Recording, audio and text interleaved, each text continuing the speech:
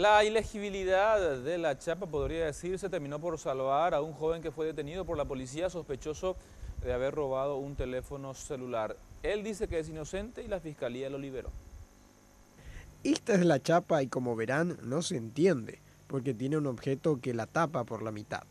Si analizamos, puede ser 003 B larga FT o 005 BFT. Y justamente el dueño de esta última chapa fue detenido.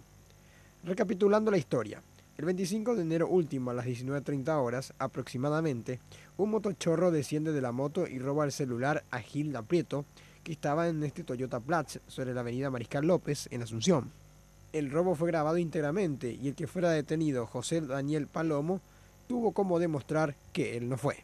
Antes ya había manifestado y está acompañado de un testigo que en la fecha y hora en que ocurrió el hecho de referencia, él mismo se encontraba en la ciudad de Limpio en compañía de un amigo.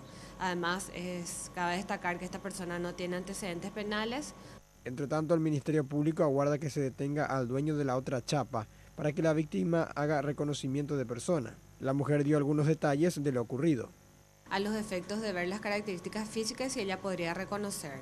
De todos modos, la víctima cuenta con otras fotografías que había publicado en Facebook, de acuerdo a los datos que le habían proveído para poder determinar quién es la persona que fue el autor del hecho de robo.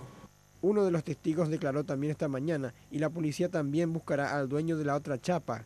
Palomo finalmente fue liberado, pero podría ser llamado si la fiscalía así lo requiere para analizar las llamadas que habría hecho en el horario del atraco y si realmente su ubicación era limpio.